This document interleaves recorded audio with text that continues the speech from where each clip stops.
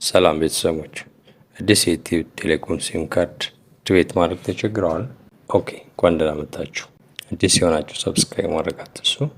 ቤተሰብ የሆናችሁ ደግሞ ቪዲዮውን ሼር፣ ላይክ ማድረግ እንዳትረሱ። ቀጥታ ወደ ቪዲዮ። እሺ፣ መጀመሪያ ሲም ካርዱ ተከፍቷል አልተከፈተም የሚለውን ቼክ ማድረግ ይኖርብናል።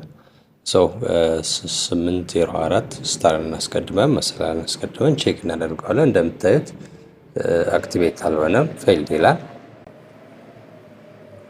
ቀጣይ ስቴፕ ምንድነው የምናደርገው? 989 እንደውላለን በዛው ሲም ካርድ ዜን ቀጣይ ነገሮችን አብረን እናያለን።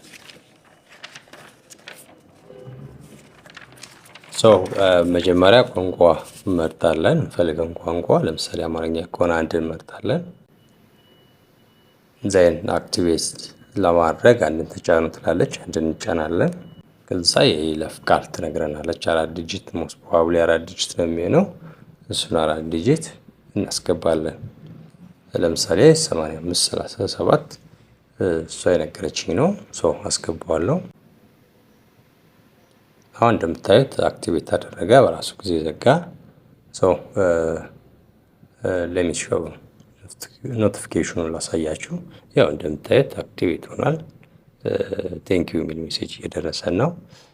ባጭሩ በዚህ መልኩ አክቲቬት ማድረግ ትችላላችሁ። እናመሰግናለን።